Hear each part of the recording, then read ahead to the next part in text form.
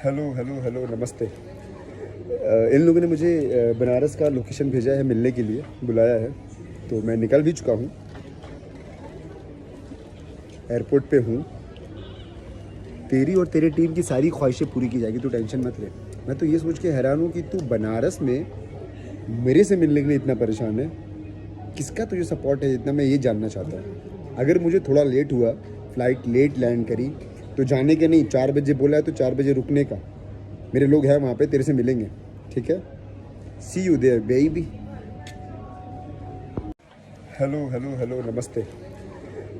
इन लोगों ने मुझे बनारस का लोकेशन भेजा है, मिलने के लिए बुलाया है, तो मैं निकल भी चुका हूँ। एयरपोर्ट पे हूँ। तेरी और तेरे टीम की सारी ख्वाहिशें पूरी की जाएगी, तू टेंशन मत ले। मैं तो ये सोच के हैरान हूँ कि तू बनारस में मेरे से मिलने के लिए इतना परेशान है।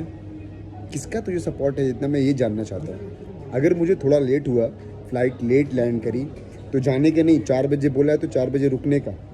मेरे लोग हैं वहाँ पे, तेरे से मिलेंगे, ठीक है? See you there baby.